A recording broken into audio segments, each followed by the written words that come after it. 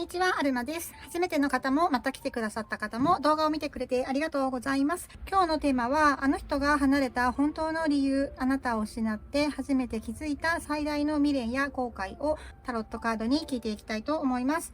今日の選択肢はこちらですね。Work Your Right オラクルカードから選択肢3枚選んでいきたいと思います。選択肢選んでいきます。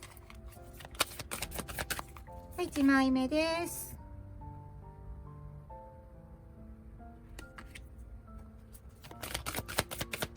2枚目です。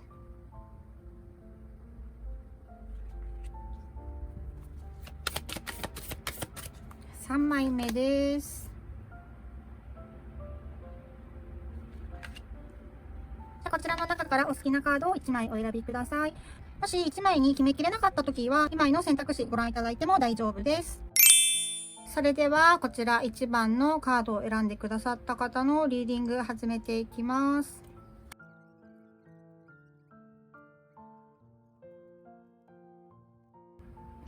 それでは始めていきます。まずはお相手から見たお二人の現状ですね。お相手がどんな風に今感じているのかも見れると思います。こちらカップのクイーンですね。なんかもうって感じ。あなたのことを言っている。2枚目ペンタクルの9。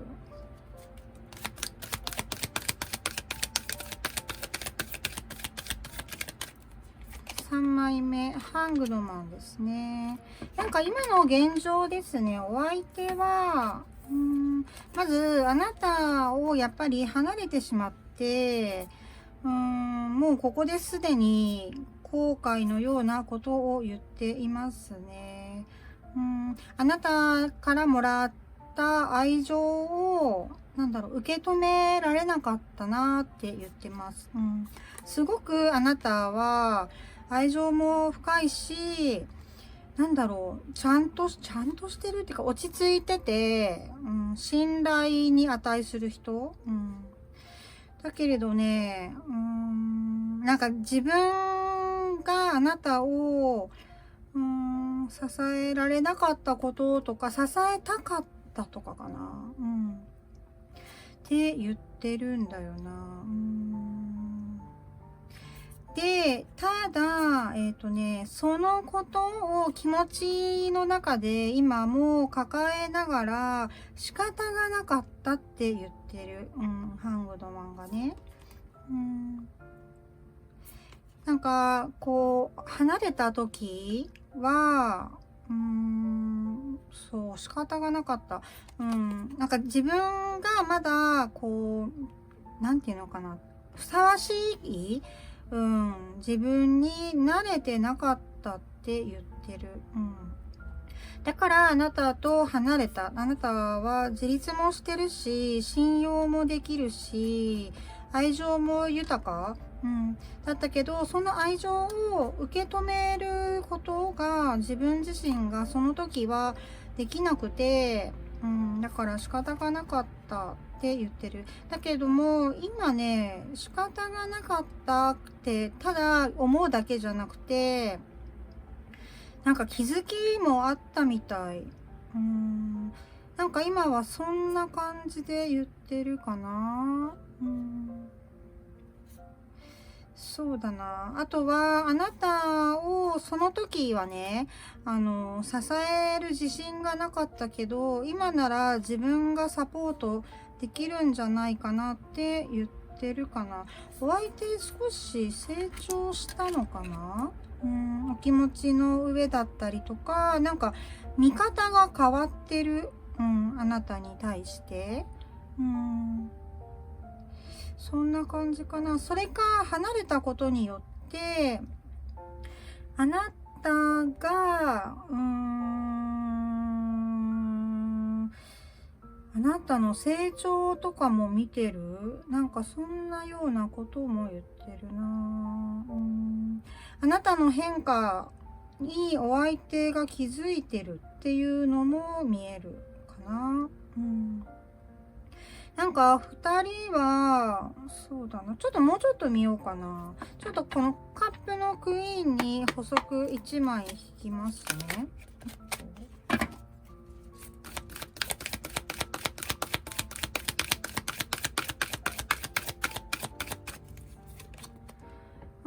ハイロファントの逆位置、そうだな。なんか愛情の表現の仕方とか、そこがずれてたって言ってるかな。ずれてたんだよなって言ってる。で、今お相手はそれを受け入れられる仕方がなかったじゃなくて、見方を変えられたって言ってるかな。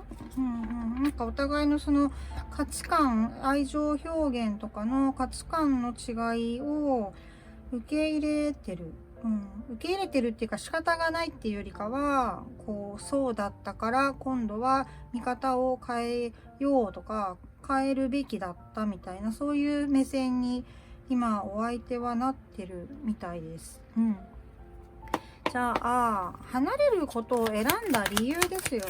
まあ、ここでもちょっと触れてるんだけどな。またカップ出してきたね。カップのキング。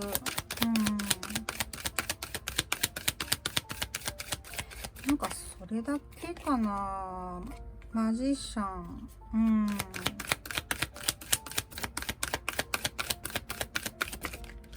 そこの価値観の違いに、ペンタクルのないと、そうだな。お相手はそこの価値観の違いに対して対応が、できなかったからって言ってるかな。なんか、あなた自身の、そのスピード感とか、その愛情の成長速度とか、なんかそういうものと自分のそこの気持ちっていうののズレも感じてたって言ってるかな。お相手は結構じっくりその時間、愛情を育てるっていう時間をじっくり取りたかったんだと思う。で、ペンタクル別れっていうか、離れた理由でも、こうペンタクルがナイトで正位置で来てるので、なんかね、そこの部分お相手は諦めてなかったかな。なんか愛情を育てるっていう部分では。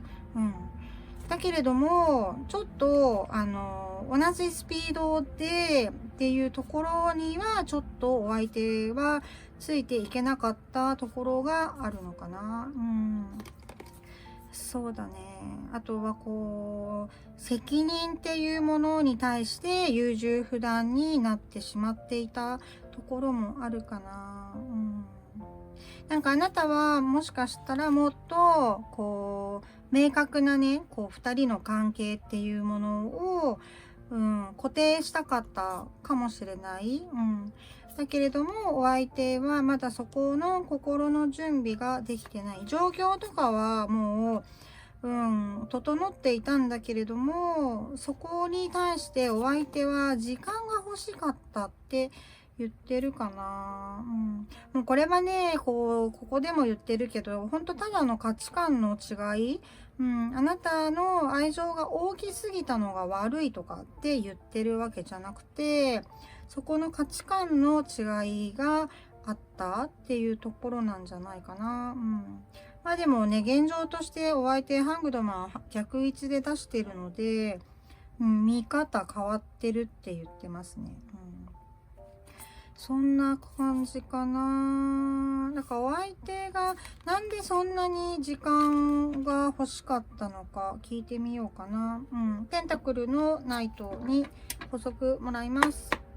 あとオラクルカードも引きますね。こ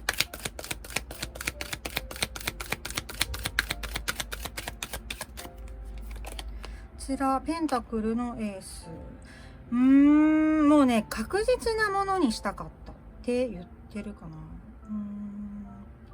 なんか今まで勢いとかで恋愛とかしたりしてたけれども、なんかそういう勢いだけじゃなくて、ちゃんと、ペンタクルのナイトも自身も言ってるんだけれども、時間がねゆっくり進む理由としては、もう確実な一つが欲しかった。間違いがないようにしたかったって言ってるかな。オラクルカードも引いてみようかな。こ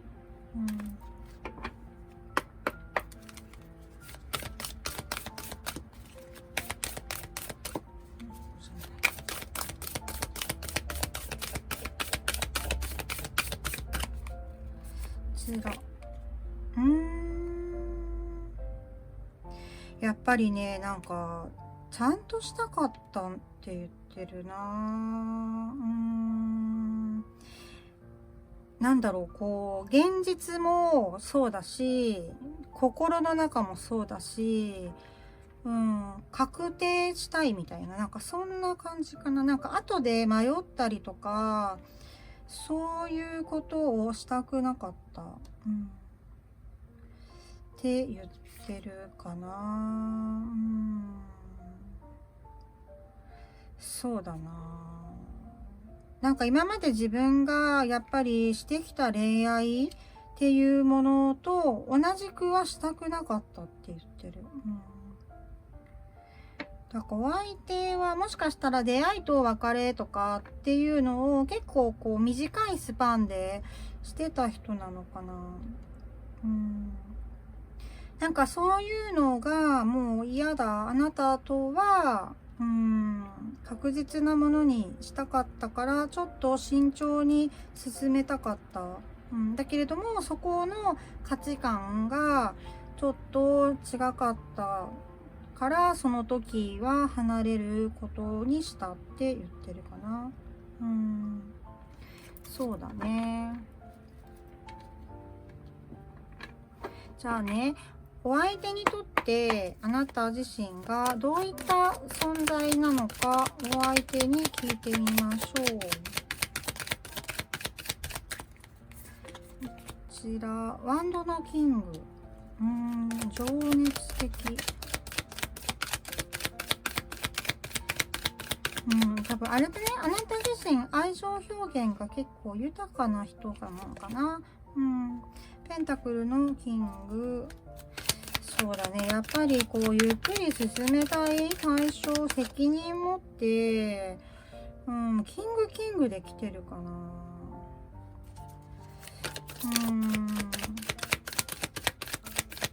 なんか信用っていうのがすごい入ってくる。ワンドの6。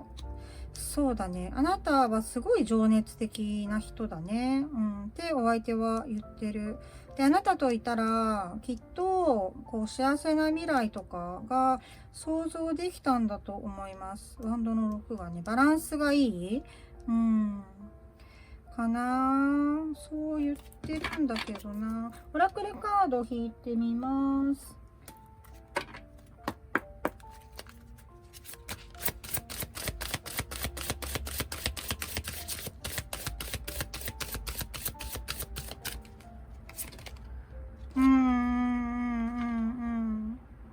なんかどんな時でも会いたい存在だったって言ってるけどな。そうだね。なんか忙しい時でもあなたにはもうなんだろう、忙しくてもあなたのことを思い出すとか、些細な時間でも会いたいって言ってるよ。もう一枚引いてみます。なんかこう物理的にね、こう実際問題忙しくて会えない時間とかがあったとしても、あなたのことは常に考えてたって言ってる。そうだね。なんか信じててほしい存在、信じられるだね。だからここで最初はね、信頼がって言ったけど、本当それを言ってる。そうだね。あなたは純粋で、そう、心が綺麗って言ってるんだよな。なんか裏表もない方が多いんじゃないかな。お相手に対して心をこうなんだろう、隠したりとか、まあ、ここでも出てたけど、本当に素直に愛情表現をされてたんじゃないですかね。そうだな。だからお相手自身が、その素直な心のこうね、綺麗なところっていうのが自分自身が表現できなかったところもちょっと刺激されたのかもしれないね。ちょっとルノルマンも引いてみますね。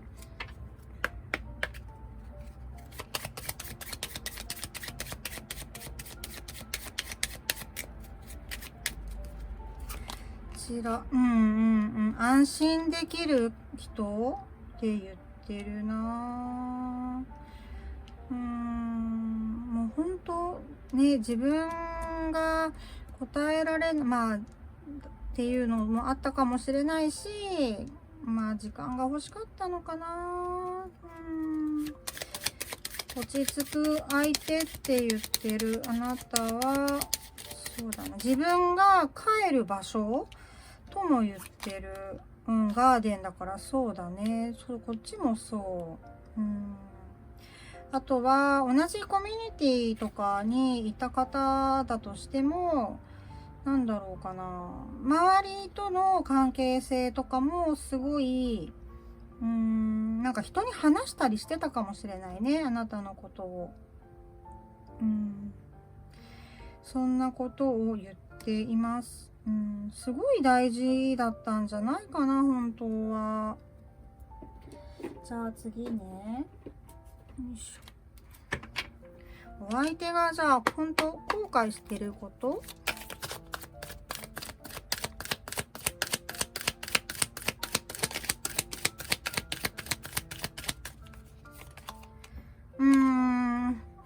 もっと会いたいって言ってるね。あと、もっと会えばよかったとも言ってる。ソードのキング。ちょっと自分が殻に閉じこもる、殻っていうかね、なんていうのかな。考えすぎて動けなかったって言ってるかな。後で何を考えすぎたのか聞いてみようかね。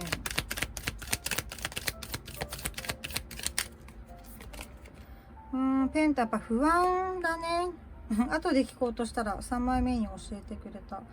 多分お相手にとってはもしかしたらあなたっていうのが理想の中の理想みたいなど真ん中だったのかもしれない。それで自分がこう進めていきたいペースをこうなんていうのかな、自分の中でコントロールができなくなっちゃって、本当になんかなんていうのかな、うまいこと行き過ぎて怖くなっちゃったみたいな。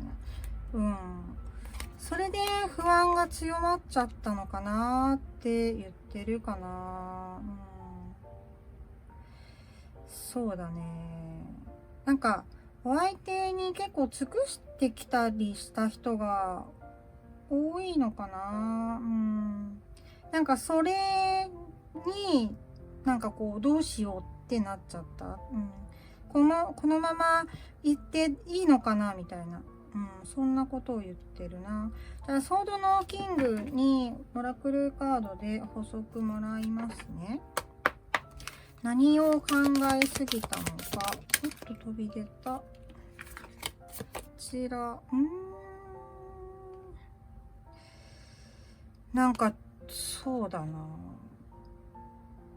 なんか今現在と未来、お相手がなんとなく感じた明るい未来っていうギャップに対応できなかった。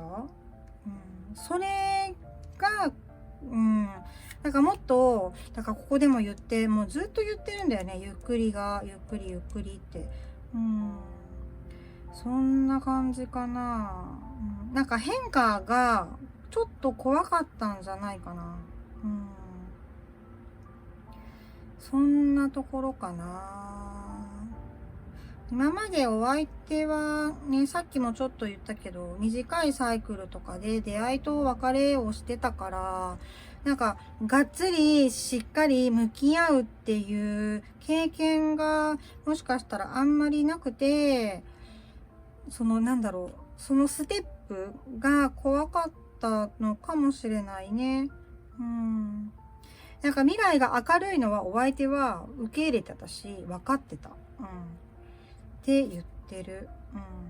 だけれども、その経験がなくて、どうなっちゃうんだろうみたいなところばっかり気にしちゃってたのかな。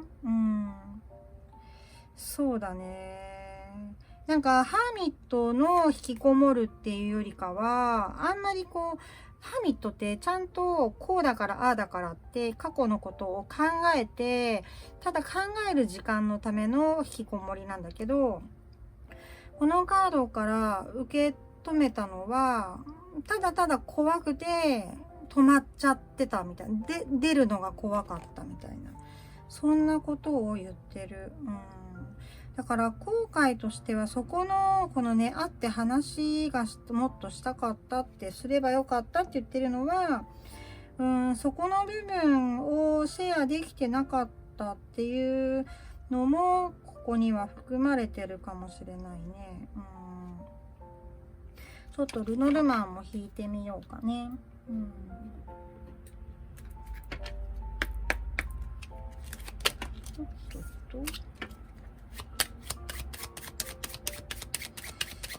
そうだな。なんか変化を恐れてる感じかな。この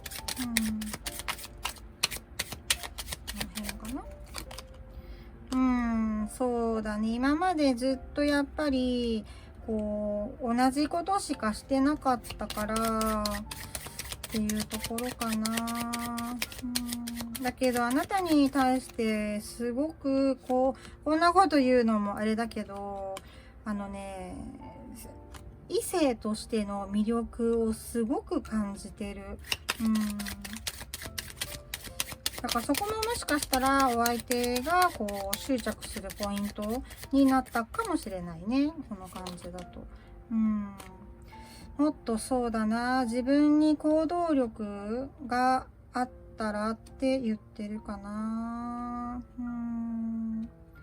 あなたにもっとちゃんと自分の中にある気持ちとかを伝えられてたらとも言ってるかな。そしたらじゃあお相手一旦ねじゃあどうしたいのっていうところを聞いてみましょうかね。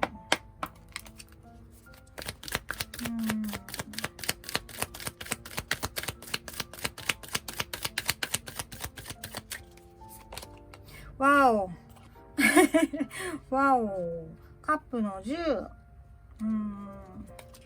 やっぱりあなたともう一回向き合いたいんじゃないかな、これは。がっつり言ってきたな。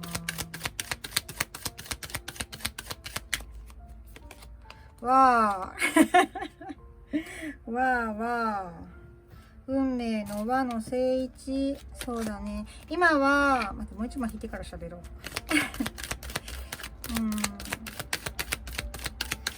そうね。ワンドの2。なるほどね。ちょっと勇気が今ないとも言ってる。惜しいね。まあこのカップの10はもう愛情をこう2人でもう分かち合って幸せなね時間を過ごしたいってお相手は望んでる。で今運命の輪のねこのリズム波の今離れてしまってることでこうお互いなんていうのかなうまくいかないターンっていうのかな、時間タイミングだけどそこからまたずらして動かしていきたいって言ってる。で普段ね運命の輪で私蛇とかあんまり目つかないんだけど今すごい目についてきたんだよね。だからやっぱりここでも言ったけれどもあなたに対する執着みたいなものはすごく感じる。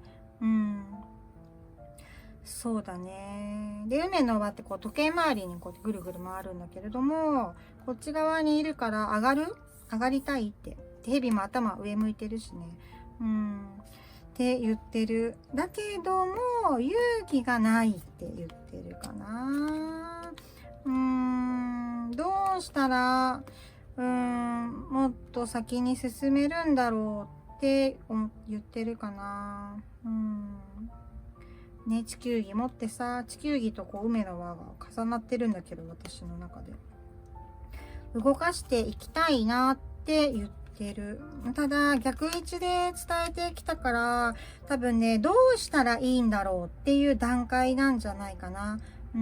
だから望みとしては、お相手は戻りたい、復縁したいって言ってる。だけど、悩み中、何悩んでるか聞いてみようか。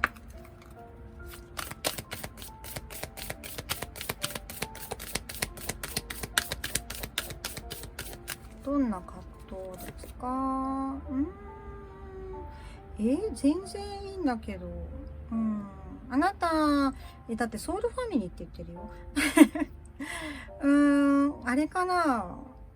もう必要、なんか失敗したくないってことかな。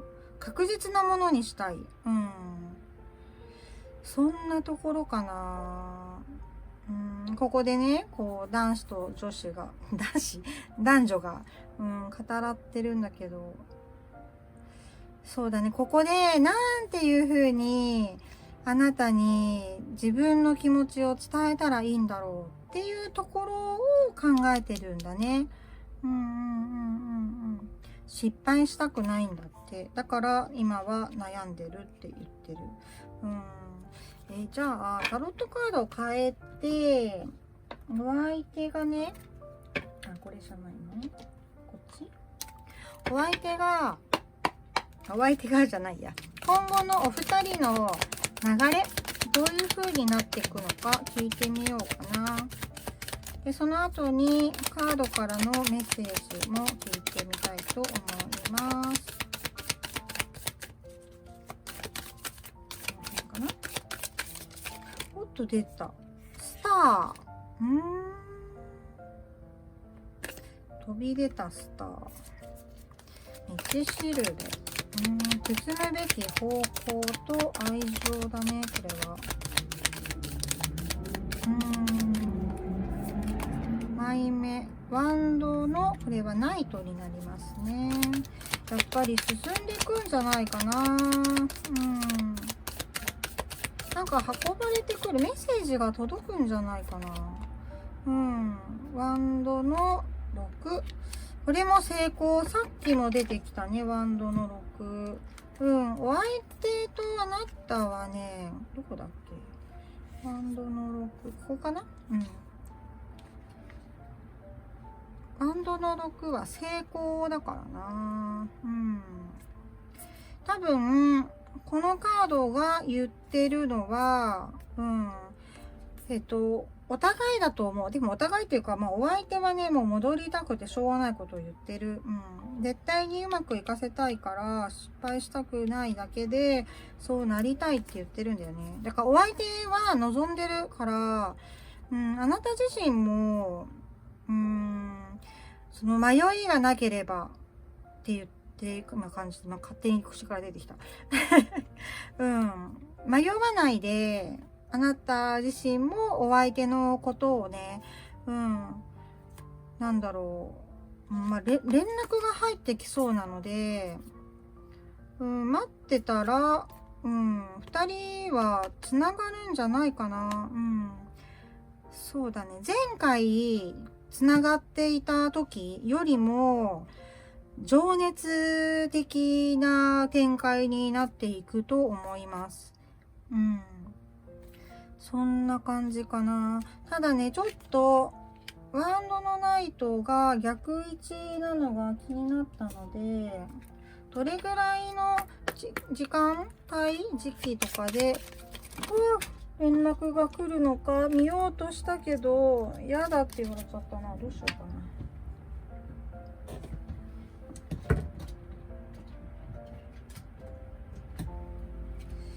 ちょっとルノルマンで数字見ようとしたんだけど嫌だと言われたので、オラクルカードじゃなくて、よいしょ、タロットカードで時期見ます。なんで嫌だったんだ。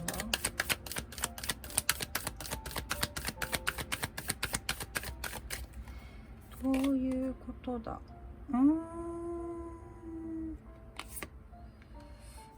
これはカップのクイーン。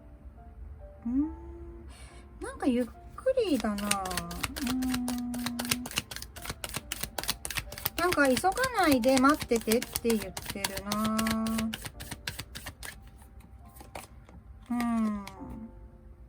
そうだな。過去にとらわれないで。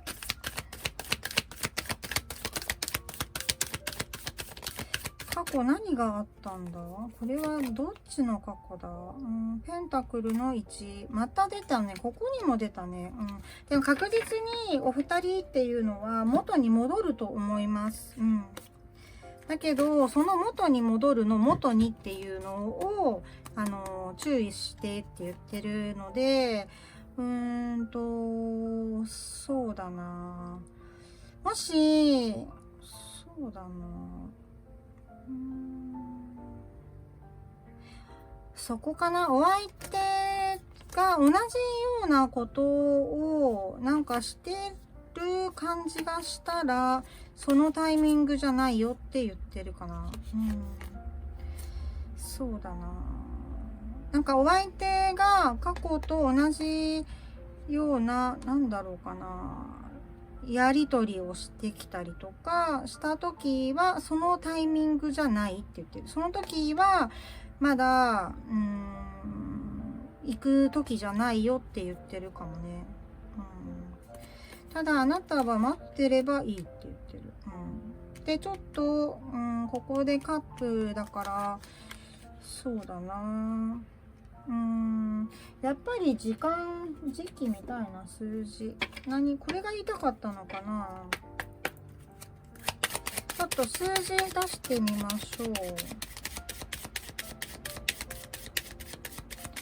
どれぐらいなんだろう。8。やっぱここで生まれ変わりも言ってるので、やっぱり同じ感じ、お相手がなんか前と同じような言動とかしてるなって思ったら、お相手がまだこう成長しきれてないから、その時は一旦パスした方がいいかもって言ってるかな。そうだね。ここのこれはイチジクに見えたんだよな。やっぱりあなたは待つことを進められてるかな。15。これがあんまり届かなかったな。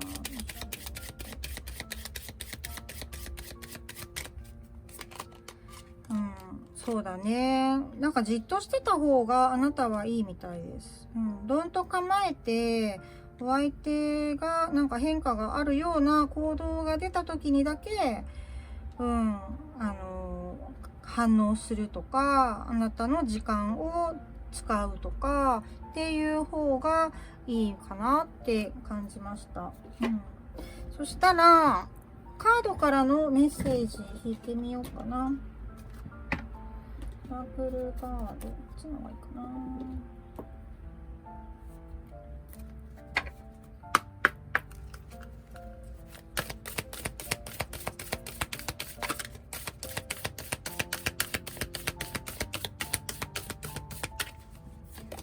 ちら、あなたは準備が整ってるから、そうなったらもう進んでって言ってるかな。ちょっと待って、違う進んでもう入ってきちゃったな。もう一枚引きます。あ、そういうことね。わかりました。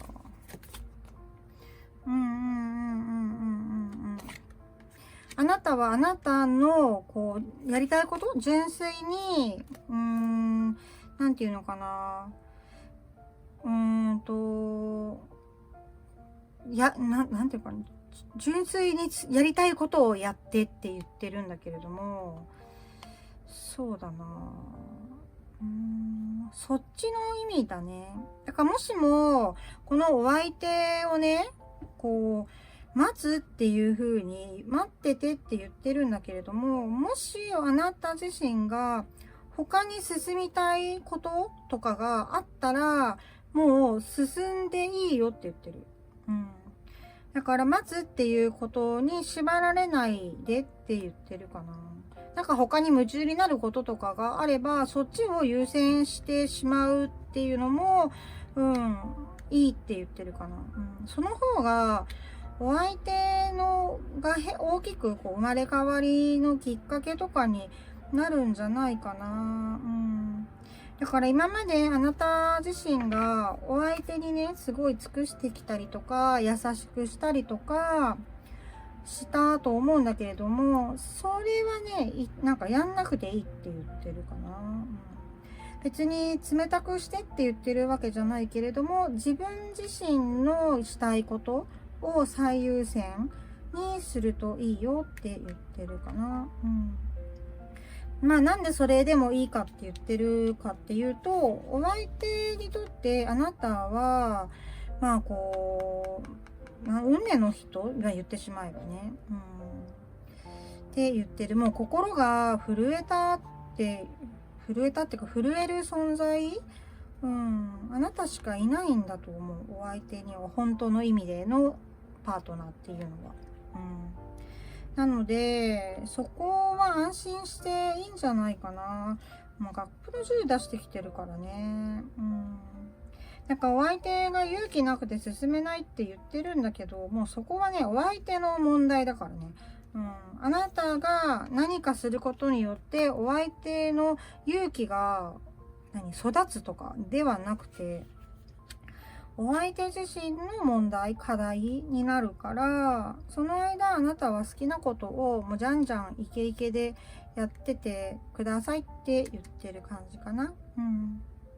で、さっき時期で読んだけど、この中だと8が一番来るんだよね。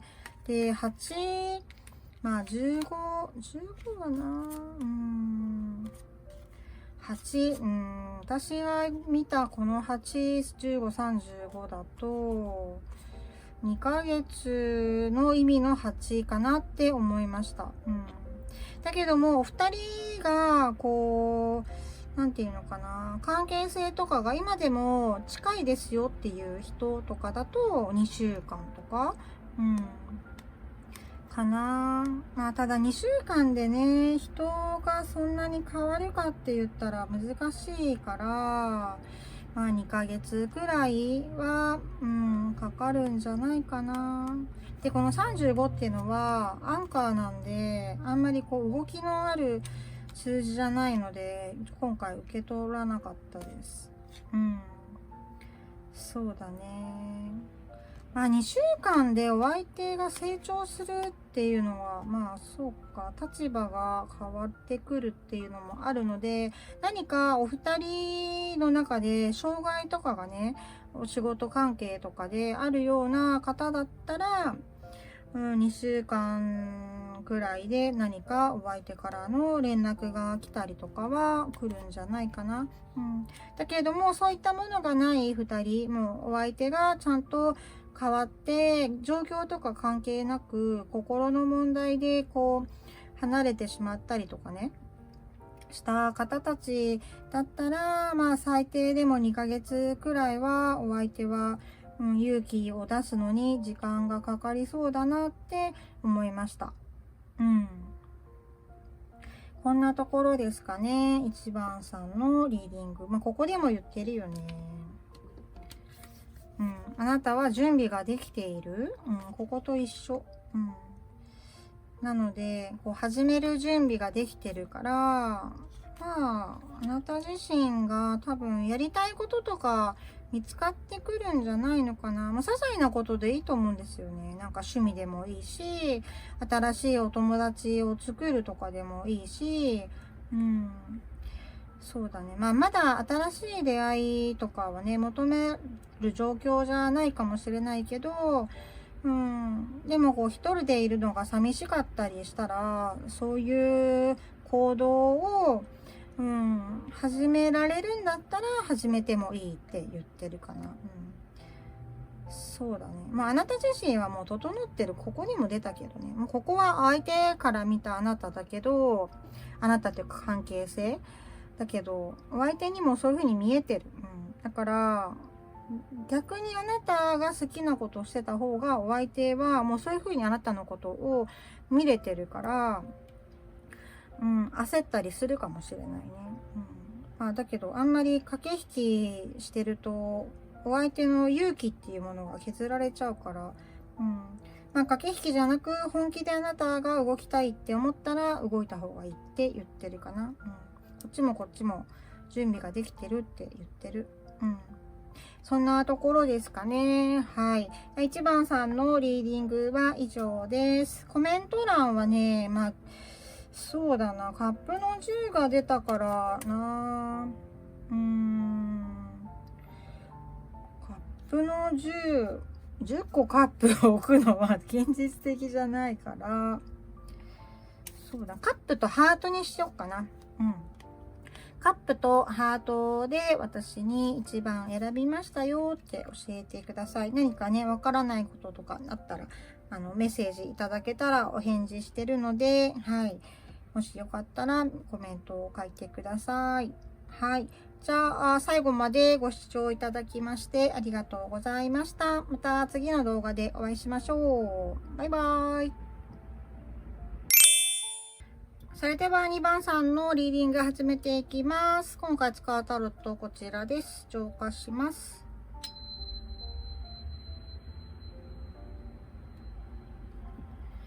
じゃあシャッフルしてあるのでこちらまとめていきます。それでは始めていきます。まずはお相手から見たお二人の現状ですね。どんな風に感じているのか聞いていきます。こちらがソードのエース。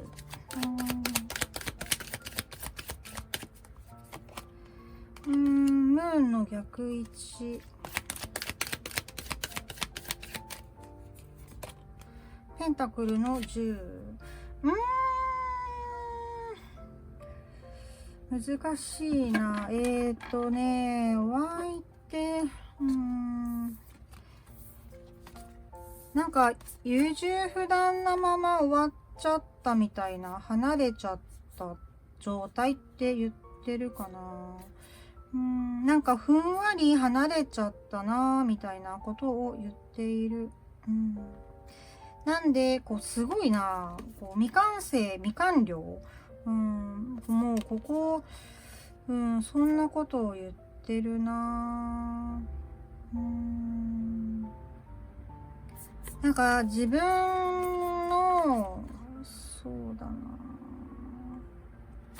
すごくあなたのことを大切に思ってたんだけど、なんか何もできなかったって言ってる。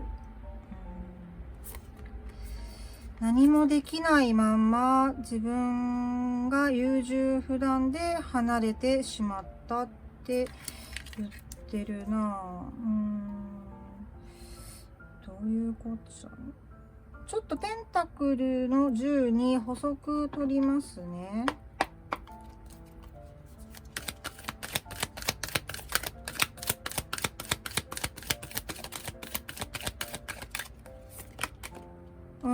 ワンドの2、もっとうまくやりたいって言ってるな。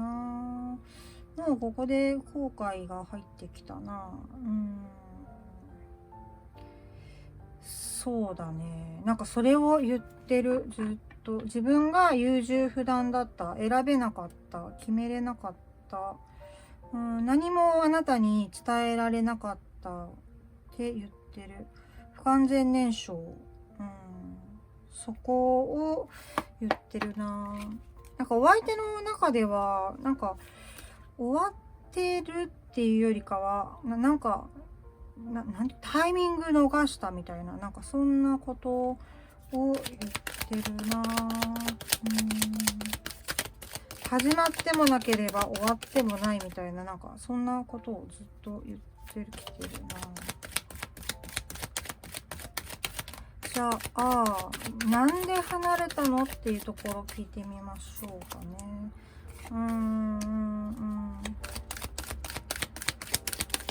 すっごい気の弱い人、不安とかしか言ってこない。カップのエース、すごい逆位置ばっかりだわ。ソードの6、もう1枚引きます。ソードの6に1枚引きます。カップだらけ。この人はちょっとオラクルカードも引きますね。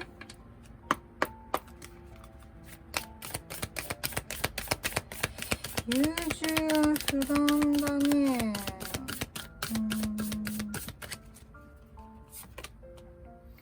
イナマジック。そうだな。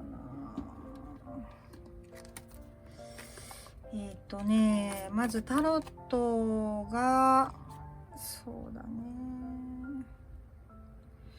ここもなんか力不足みたいな、もっとエネルギーが欲しかったみたいなこと言ってるかな。なんかエネルギーっていうのは愛情が足りないとかじゃなくて、その自信のことかな、これは。なんか揺れてたみたいなことを言ってる。そうだね。もうこの2つがもうね、愛情のことをすごい言ってるんだよね。なんか好き酒みたいな感じ、どっちかっていう、こう簡単なね言葉で言うと、そうだね。なんか考えれば考えるほどなんか怖くなっちゃったっていうよりかは、なんていうのかな、決断できなかったって言ってるな。もうカップの5は多分もう後悔しかないし、そうだな。ただただここの優柔不断とか、なんか自分が未熟だった、もうここでも未熟って言ってるし、あなたに伝えるべきことが伝えられなかった。で、伝えられなかった理由は、まあ勇気がなかったとか、こう、なんだろう、力がなかった。って言ってるのと、そうだな、カップの5。なんかお相手手放すべきものがあったかもね。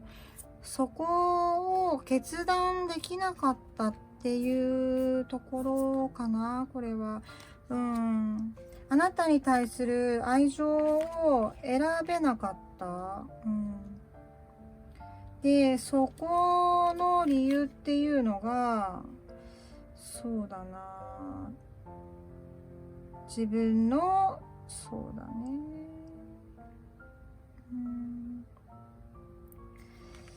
こう力っていうよりか、もうちょっとここを見ようかな。足りなかったって言ってる。何かのせいにしてる感じがあるな。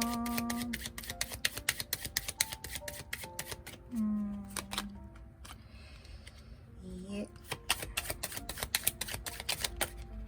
お、選択肢。やっぱりそうなのかな。何かお相手は手放すべきものがあったんじゃないかな。で、それを手放す選択っていうのがちょっと難しかったのかな。そうだな、ソードの6もちょっと引いてみようかな。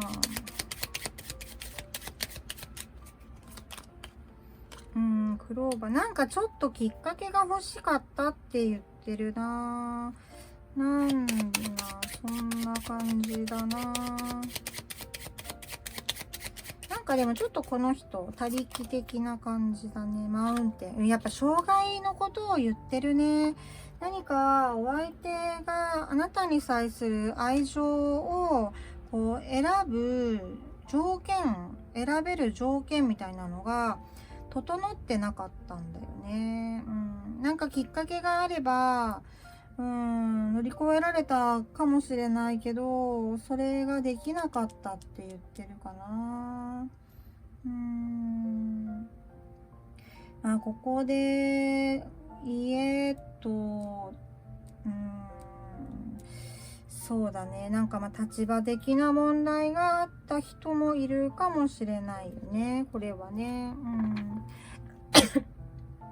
あなたにとってお相手にとってあなたがどういった存在なのか聞いてみますね。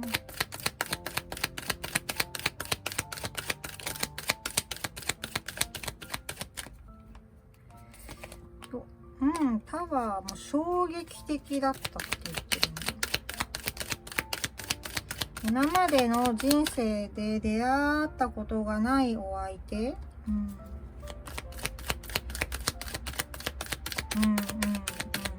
それをすごいね。ソードの9。もう考えて眠れない。よっぽどの衝撃だったのかな。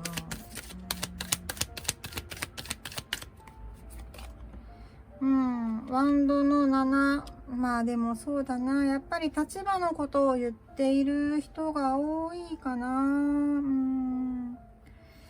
そうだね。なんかこう、超えるには難しい。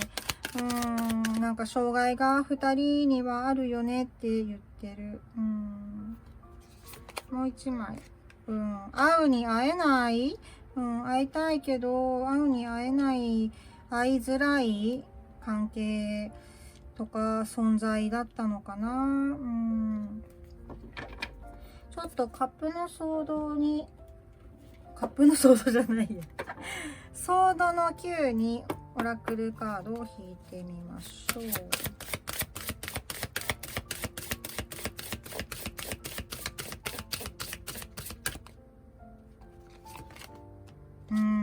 やっぱりこう衝撃っていうぐらいだからね。なんかあなたとの出会いに対してお相手はね、なんか運命的なものを感じた。その衝撃だね。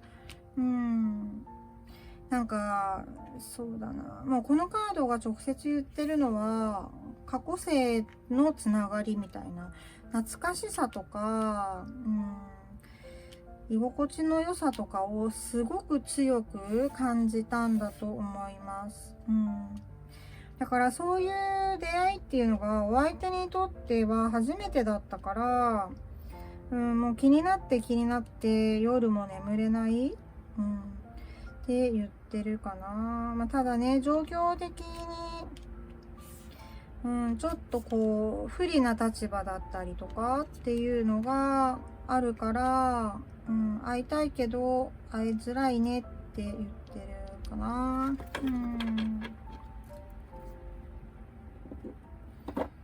そしたらお相手がね、今後悔していること聞いてみたいと思います。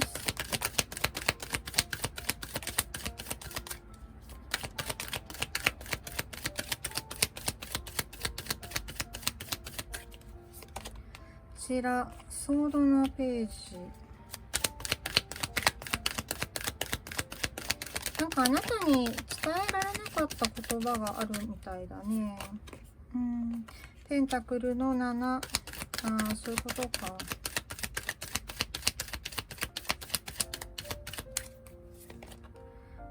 カップの6。そうだな。これはここと同じことを言ってるね。なんかお二人のことについて話したかっったって言ってるかな。この後どうするじゃないけど、なんかもっとコミュニケーションできたはずだよねって言ってるかな。そうだな。あとは、お相手があなたに対してそういう不思議な感覚を感じたことも、なんか話してもよかったかもって言ってる。なんかそんな感じだな。もうちょっと引いてみようかな。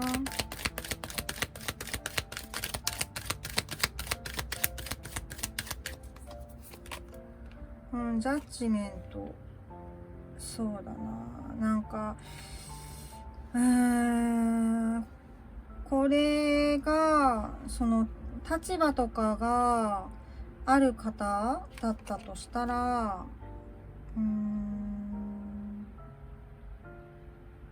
終わらせるもの、終わらせるべきものを終わらせられたらよかったなって言ってるかな。そしたらあなたのところに行かれたって言ってる。ただそれがちょっと難しかったのかな。ここを変化するのかな。ちょっと他のカードに聞いてみよう。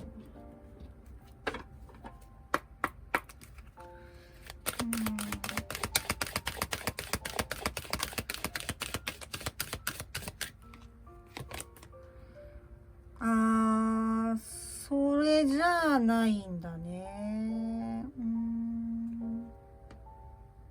なんかもっといい方法があるって言ってるから、もしね、そういう立場とかそういうのがない方だとしたら、お相手は単に何か方法を探している最中なんだと思います、今。そうだね。なんかその手放さなきゃいけないものっていうのは、今すぐ手放すっていうのは、しない、他にも何かあると思うって言っているので、違ったことを今考えてる、じゃないかな。じゃあ、考えてるは分かった。お相手が何を望んでいるのか聞いてみようかな。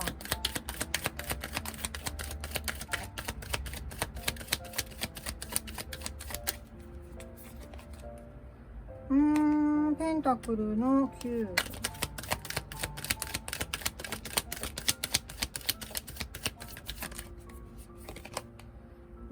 ペンタクルの2。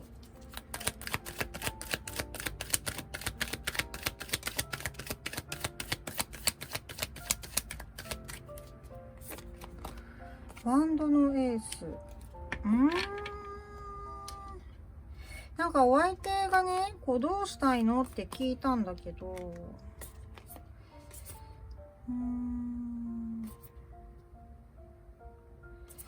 あなたの幸せをまず願ってるっていうのと、やっぱりきっかけが欲しいって言ってるな。今は離れちゃってて、なんか気持ちが落ち着いてないんだよね、お相手は。なんか待ってる、この人。きっかけを待ってるって言ってるかな。だからここで言ってた後悔、何か伝えたかったとか、この先のこと話したかったって言ってて、で、障害に対してどうなるか聞いたら違う方法を探してるって言ってるんだけど、その方法っていうのはお相手から積極的にっていうよりかは、何かきっかけが欲しい。何もきっかけがない状態でお相手は何かするっていうのが難しいって言ってるな。そうだな。ここ聞いてみようか。どんなことが欲しい？何を待ってるのか。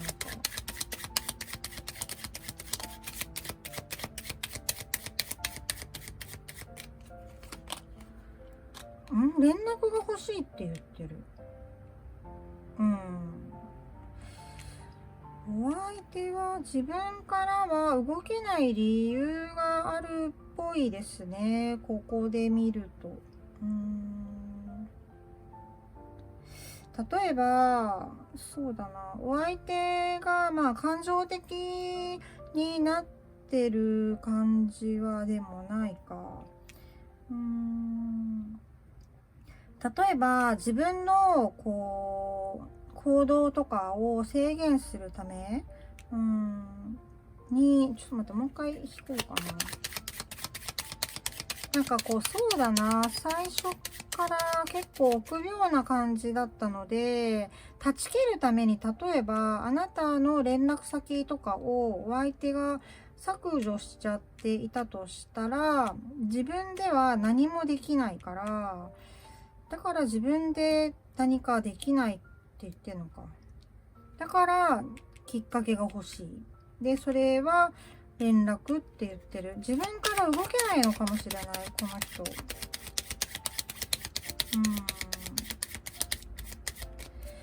そういうこと。それを願ってるね。これは動かすにはお相手からは望めないかな。今後のお二人の流れ見てみようかな。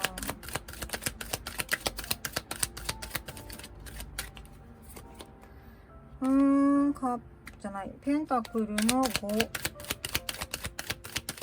なんか助けが入りそう。これちょっとワンドのナイト。なんか助けが入ってそこからうわーって進みそう。ちょっとこの助けって何なん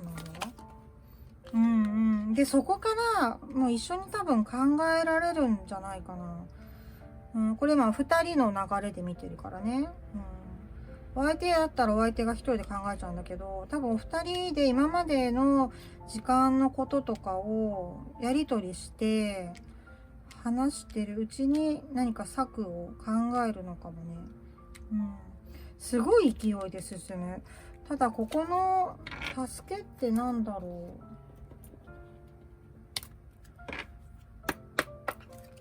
ちょっと聞いてみよう。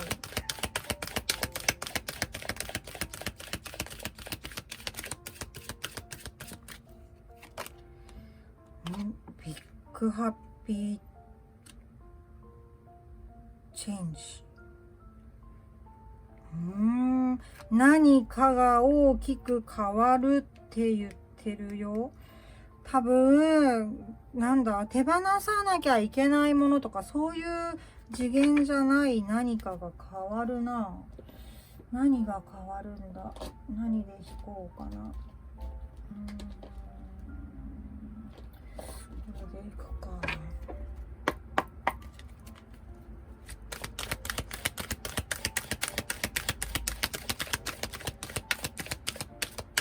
これが気になった。時間。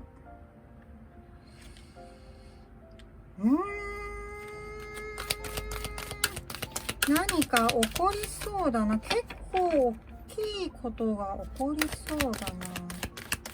本当に大きなこと。今これ時間って結構私人生っていう風に届いてきたんだけど、本当に大きなことが変わりそうだな。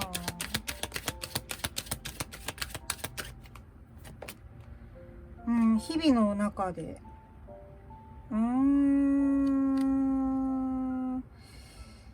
そうだな。どちらかの生活がすごく変わることによって、それがきっかけでお二人は再会するんじゃないかな。なんだ？すごく気になるぞ。どんなことだろうな。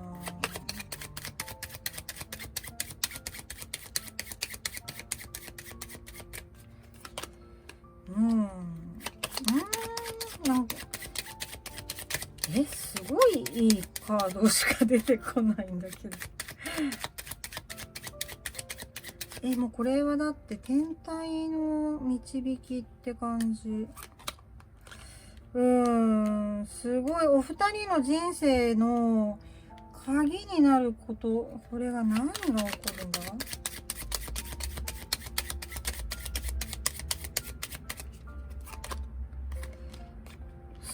でもこれちょっと人が関係してくるね。お相手がやっぱ考えて何か違う方法を考えてくる。策を練って大きく変化させてくるって言ってるな。なんかお相手自分から動けないって言ってたから、偶然的なことが起こるのかなって私思いながら弾いてたんだけど、ここでフラグ回収してる。ここのお相手が考えること、って言ってるな。これはそうなるとお相手から動き出すっていう読みでいいのか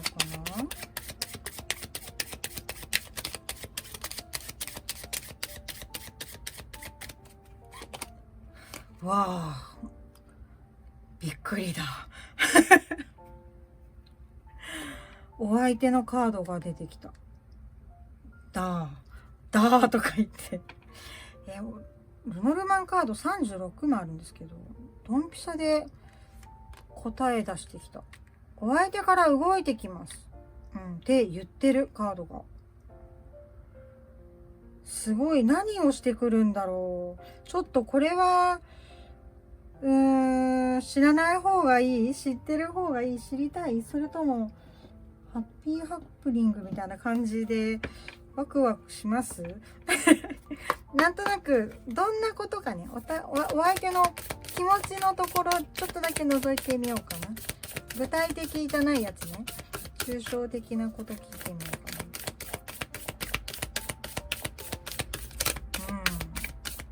かな。すごっ。すっごくお相手がもう考えるっていうレベルを超えたところで感じてくるんだね。すごいな。魂の成長っていうカードなんですけど、すごいぞこれは。これはちょっとすごいな。お相手そうね、すごい変化してくるかも。今こうして離れてることによってお相手はすごいなんだろう、最初の方からね、自分が何もできなかった、無力感みたいなことだよねを感じてたことによって、で喪失感も感じて、ずーっと受け身だったけど、すごくそれを多分反動にしてすごく深いところまで考えるんだね。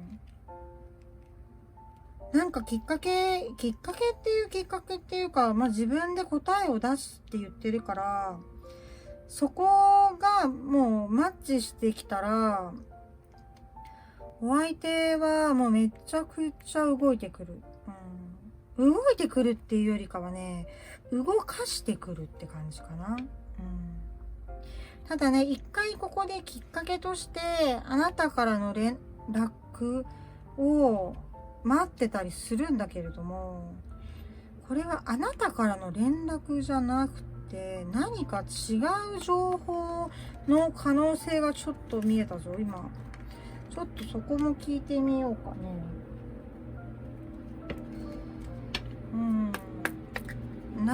どんな情報を待ってるん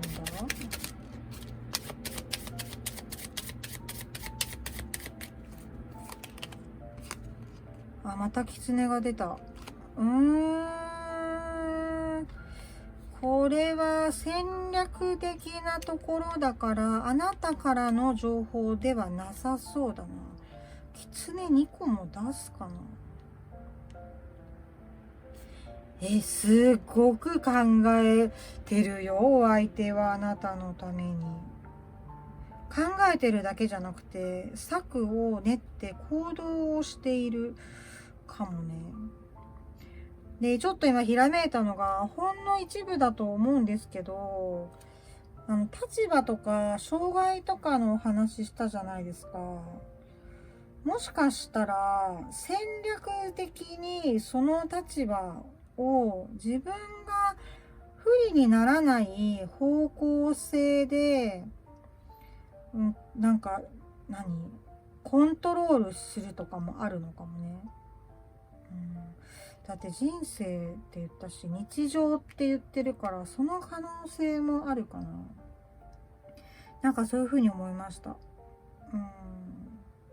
なんかお相手の方、まあそうだよね、ペンタクルの10のところでもそういう複雑さ、立場がある系の方っていう可能性もそもそもあったんだよね。言わなかったんだけど、なんかそういうところかな。なんか自分たちが不利にならないために一旦離れてるだけみたいな、そんな風に総合的に読めたかな。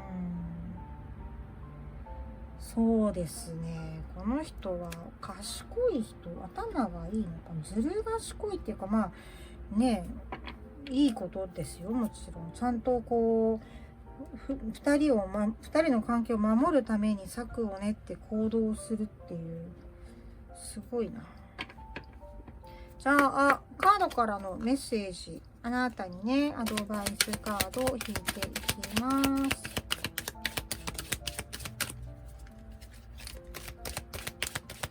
まあすごいよ。あなたのなんだろう、自分の中の気持ちだよね。素直な気持ちに耳を傾けてって言ってるかな。あなたは守られてる。なぜならお相手がめちゃくちゃ考えてるからね。多分ここのあなたを助けたいってここでも言ってたよね。っていうのはお相手だと思うな、これは。お相手があなたのことを守る。あなたの助けになるように、今あなたを傷つけないために一番いい策を練ってる最中だって。ドンピシャでさ、私動きますって言ってるからね。ちょっとそこを信じてみたらいいのかな。ただね、一つここで注意していただきたいのはね、このあなた自身の胸の中の声を聞いてねって言ってるんだけれども、このリーディングではお相手は一生懸命動いてるけど、あなた自身の心の声がもうこの状況にね疲れちゃったなとか、もうこれ以上はもう嫌だよって言ってるところがあるとしたら、その気持ちっていうのも大事にしてほしいなっていうところかな。そっちの意味の心の声を聞いてねっていうカードでもある。もしあなたがそれを選んだ時でもあなたは助けられてるから、だから自分の本当の心の声、お相手がこうしてくれてるから私はそこに合わせて行動しようとかは思わないでって言ってる感じがしました。はい、良いかな。2番さんのリーディングはここまでにします。そうだな、一番私がグッときちゃったのはこれなんだけどなそうだな、ただね、このカードが出たからここの関係を元に戻すのがいいのか悪いのかっていうのは私には判断ができないんだよね。だからどうしようかな。まあでもその選択が鍵にもなるから鍵にしようかな。2番を選んだ方、コメント欄にメッセージ書く場合に書いていただける場合は、鍵の絵文字を一番下にピッて貼り付けといてください。はい。じゃあ、今日の2番さんのリーディングは以上になります。最後まで今日もね、ご視聴いただきましてありがとうございます。また次の動画でお会いしましょう。バイバイ。それでは3番のカードを選んでくださった方のリーディング始めます。浄化します。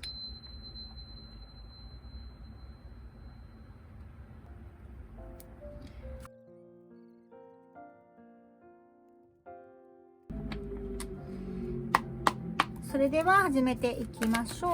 ではお相手から見たお二人の現状ですね。1枚目。ワンドのナイト。カップのクイー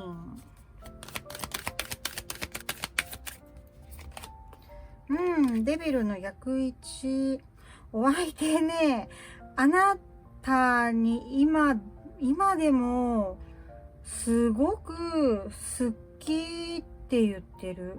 どちらかというとすごく執着してて、自分の感情がコントロールできないって言ってるな。だけれども行動することはできない。そこをちょっともう一枚聞いてみようかな。ワンドのエース。役だったか。ワンドのエース。何かのせいで動けないって言ってるの。もう一枚引きますね。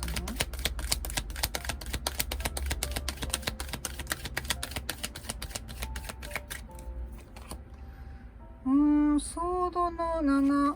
お相手が傷ついてたりするのかな。なんか考えてて、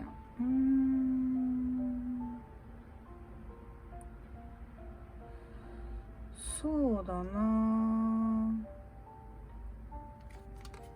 なんかお二人の状況、お相手から見た、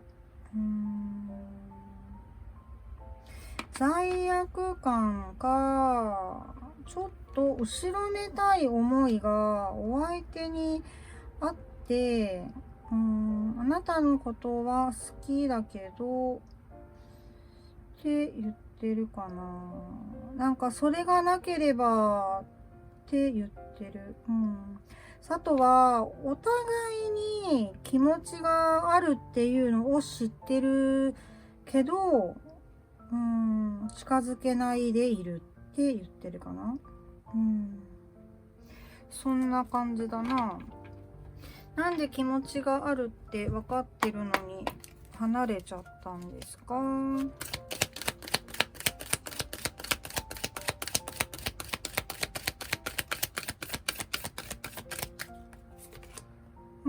カップのエース。全然愛情残ってるな。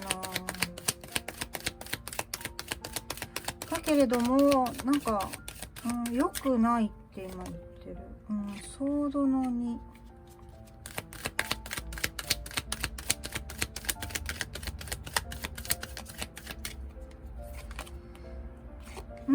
ペンタクルのクイーン。ソードの2に補足取ります。なんかお相手は前に進めなきゃいけないことがあった？チャリオット。進みたかったけど目的が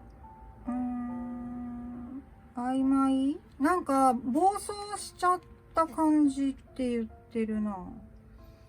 なんかこの2人はただのすれ違いな感じがするな。そんな感じだな。なんかお二人のなんていうのかな、愛情がお互いに暴走しちゃったのかな。それをデビルが言ってるのかな。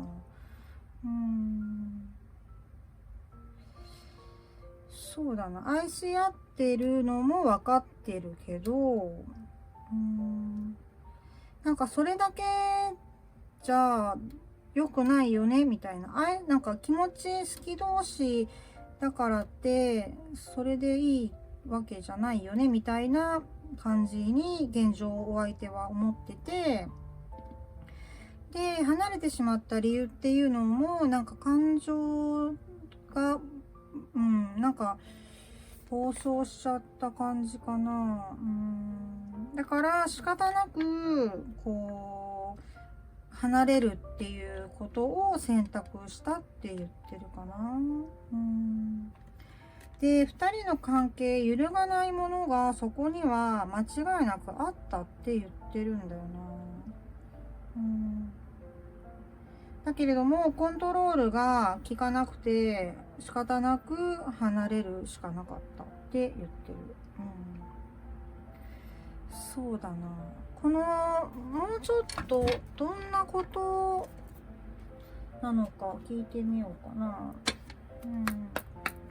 お相手が言う離れてしまった理由、離れることを選んだ理由だよね。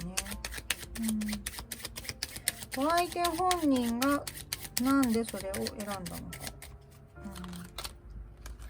ガーデン。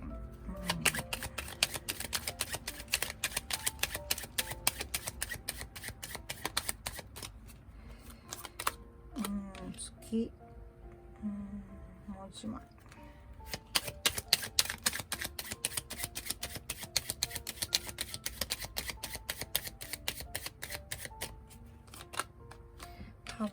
お相手が言うには公にできないとかっていう感じを言っているのか、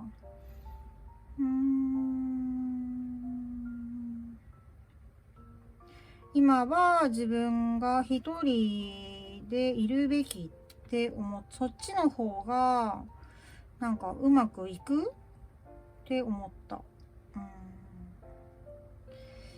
そうだな、コミュニケーションっていうよりかはそうだな、なんか仲間内とかでのトラブルを避けるために自分は今一人でいた方がいいって言ってるな。これお仕事も関係あるのかな。なんか今ふと思ったんですよね。どういうこと、もうちょっと教えてくださいな。ソードのキング。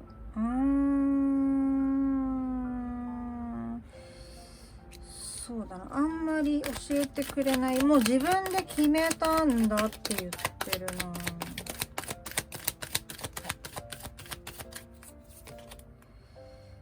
ペンタクルのナイト。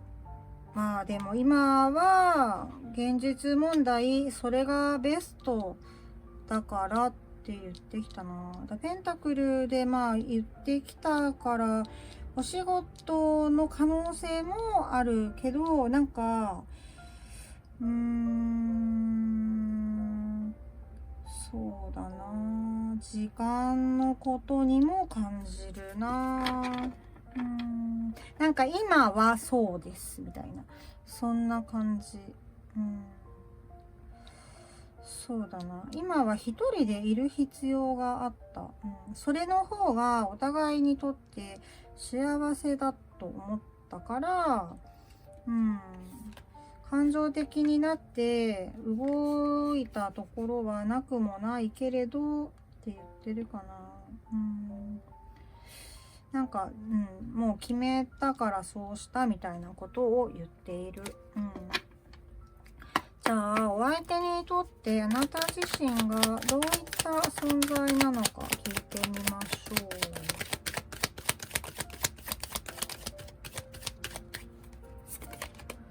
う。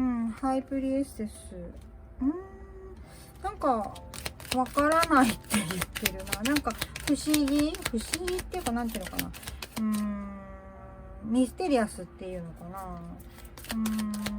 なんかあとは直感的にこうただわかんないけど惹かれるとか、なんかそういう理由はないって感じ。今1枚だけしか出てないけど、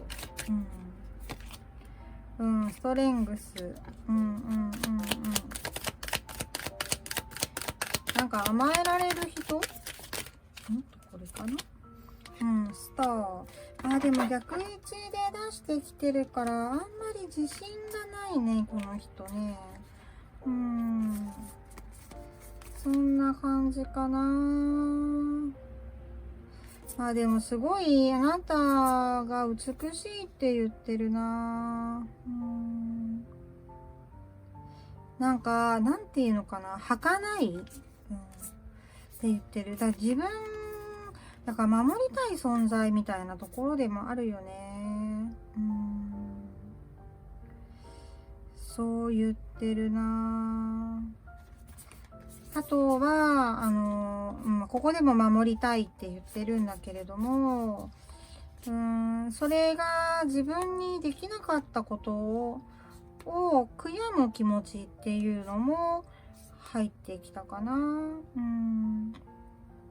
あなたを守りたい。あなたは自分にとって、お相手にとって守りたい。自分が守りたい。自分の愛情で守りたい。あなたに心の傷があるならば、その傷を自分も背負いたいって思う存在だったんだけど、それを叶えられる自信がないって言ってるかな。すごい、なんていうのか、綺麗な気持ちがすごい入ってくるんだけどな。ただお相手は自信がないし、今の自分はまだ答えられるだけの、なんていうのかな、器というか、がない、行動力とかもないかなって言ってるかな。だからあなたを守りたくて一旦一人になるべきだって決めたんだって言ってるかな。なんかあなたの望みを叶えてあげたいって思うの、あなたに対してはね。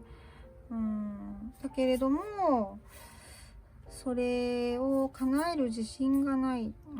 あなたの儚さとか、あなたのこう、なんていうのかな、持ってるこう知的なところとかすごい惹かれてるって言ってるな。そうだな、なんかそういう存在だけど、ここで伝えてきたのは自分のこう自信のなさだったり、なんか不甲斐なさというか、自己肯定感っていうのがちょっと低い感じかな。で、あと自分にすごい厳しい人かなって思いました。だからここのもう自分決めたんですっていうのも、こうその自己肯定感とか、あとなんていうのかな、自信がないところを隠すために自分自身に鼓舞をするみたいな、なんかそういうところの決意、この決意がないと緩んじゃうから、っていう感じが届いてきました。じゃあお相手がね後悔してることを聞いてみようかな。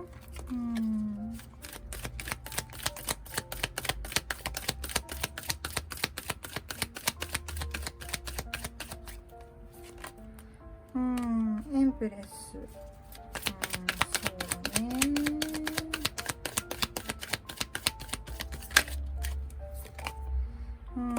ソードの9。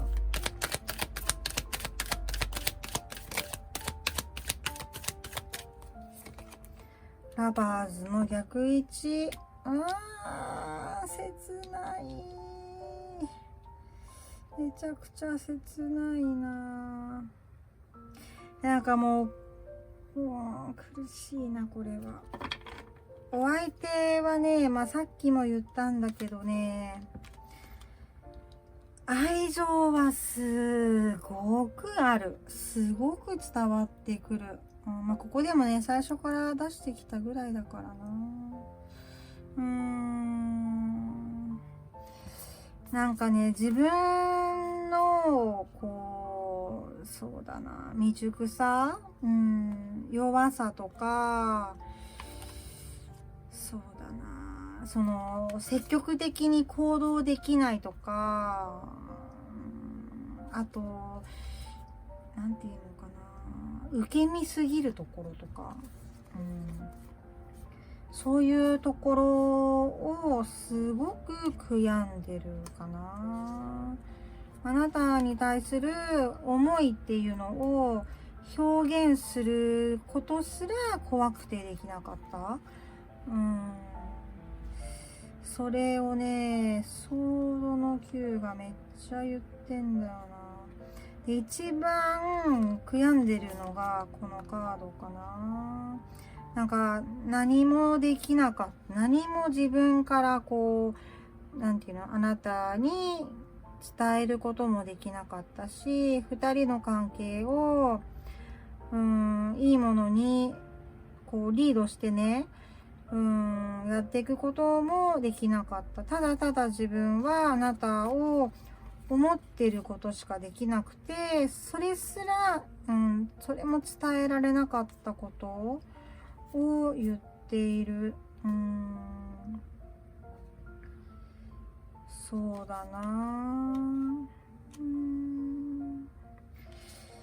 なんでこんなに弱虫なんだろうな。ちょっとそこ聞いてみようかな。深層の心理だって。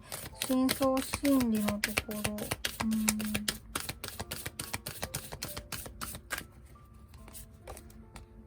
これ、さっきも出たな。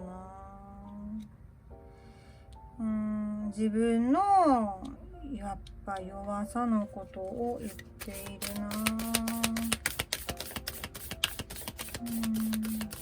なんか、そうだな。なんか今回、ここ、お水に見えなくて、なんか砂の中に人が埋まっちゃってる感じがする。動けなかったこと。ただただ身動きが、足がすくむみたいな。一歩前に踏み出すことすらできなかったことを後悔してるかな。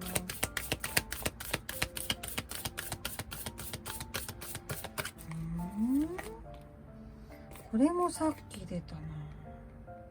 すごいね。いっぱいシャッフルしてんだけどな。そうだな。でも、成長したいって言ってるから、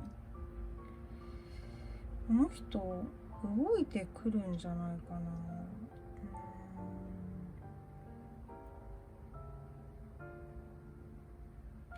そうだな。今、自分の、今この時間っていうのが、自分のため、自分が成長するための時間っていう風にお相手は受け止めてるかもしれない。後悔はしてるけど、何も伝えられなかったりとか、何も表現できなかった自分から変わろうとしてるってすごい言ってるんだよな。なんかそういう弱い自分を否定するんじゃなくて、そういう自分を受け入れて前に進もうとしてる。その癒しのための時間みたいな感じが入ってくるな。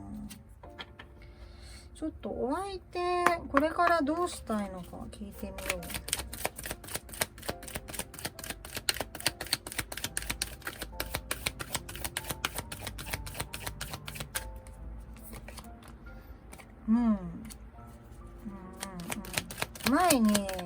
前が見えなくても前に進みたいって言ってる。いいんじゃない？カップのキング、そうだね。はいはいはいはいはい。動きっていう動き、大きく、なんだろう、わーって感じでは来ないけど、着実に前に進もうとしてるんじゃない？やっぱり。これは、お相手は多分ね、乗り越えてきます。自分の中の葛藤とか。すごい、このね、ムーンって、不安とかっていうのが本来の意味だったりするんだけれども、この流れで読んで、不安だけど前に進むっていう月の明かり、薄暗いけど、それでも前に進むっていうのがすごい最初に届いてきたんですよね。で、それは愛情、もう責任のある愛情、あなたを守りたいってどっかで言ってたっけ？ここか儚さとかね、あなたの儚さとか、そうだね、守りたいって言ったでしょ？それをもう行動として愛情も表現するし、あなたに伝えに来るね、この人は。意志が結構強く届いたよ。で、ワールドでしょ？あなたと完成させるために、お相手は乗り越えてくる。だね。だからここの辛い後悔っていうのがお相手の原動力になるんじゃないかな。そんな風に感じました。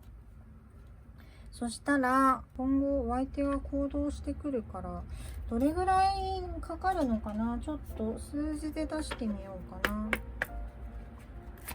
まあゆっくりな感じはする。2ヶ月1ヶ月とかじゃない気がするけど、2ヶ月くらい、3ヶ月くらいって感じかな。27、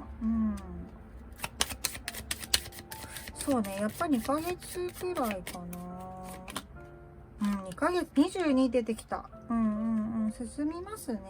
エンジェルナンバー。安心して大丈夫かも。3番さんは、2ヶ月以内かな。私のこのカードが2つ言ってるのは。に何かしらの連絡だったり、アクションだったりが来ると思います。そうだね。うさぎも時計見て、こうカウントダウンしてる感じがする。じゃあ、カードからのメッセージもらいましょうかね。2枚引きます。アドバイス。あなたへのアドバイス。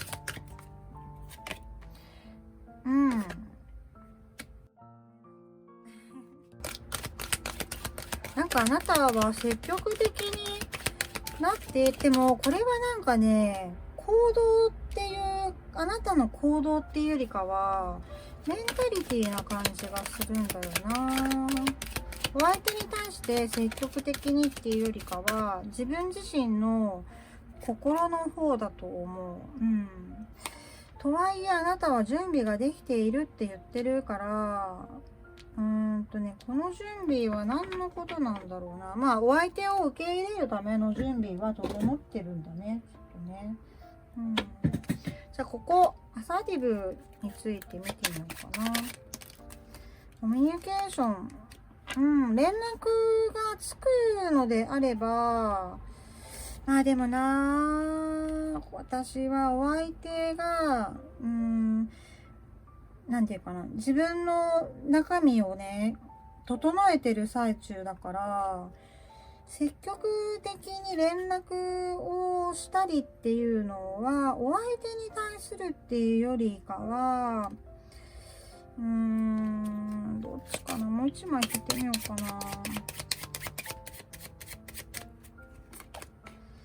な。でもお相手に気持ちを伝えるみたいなのはいいって言ってるな。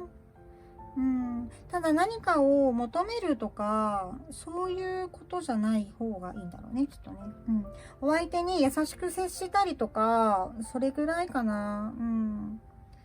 そんな感じかな。気持ちを、お相手にね、伝えるっていうのだと、ちょっとお相手が自分のペースっていう、今ね、一人でいたいっていう部分があるから、そこを尊重してあげつつ、あなたに愛情があるっていうことがちょっとふんわり匂わせじゃないけどわかるような接し方をするっていうのはありかな。あとはさっき言ったこのお相手に対するの積極性じゃないとしたら、あなたがお友達とかと楽しい時間を過ごしたりとか、家族とかに愛情表現とか、親とかね、お子さんとかがもしいれば、そういうところで愛情を積極的に周りの人たちにね、与えるっていうのが多分愛情が返ってくるための一つのポイントになるよね。そんなところかな。あともう一つ、お相手からのあなたに対する最終的なメッセージ引いてみようかな。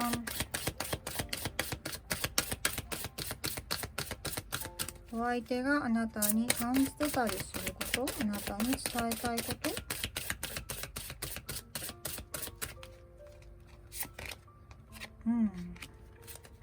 やっぱあなたと家族とかそういうところの愛なのかなって思うな。信じてって言ってる。信用していいって言ってる。信じる価値あるって言ってる。お相手からのメッセージでって感じだけど、でもお相手は多分自信があるんだと思います。そんなことを言っています。お相手はもうね、確実だよね。連絡は、準備ができたらお相手から連絡来ると思います、これは。2ヶ月くらいかな。ちょっと様子見してみてはどうかなって思います。はい。じゃあ、サンマさんのリーディングはここまでになります。コメント欄はブーケ、花束の絵文字にしようかな。花束の絵文字を2個にしよう。22が出たからね。その絵文字で私にコメント欄でメッセージをいただけたらと思います。はい。では、最後までご視聴いただきましてありがとうございました。また次の動画でお会いしましょう。バイバイ。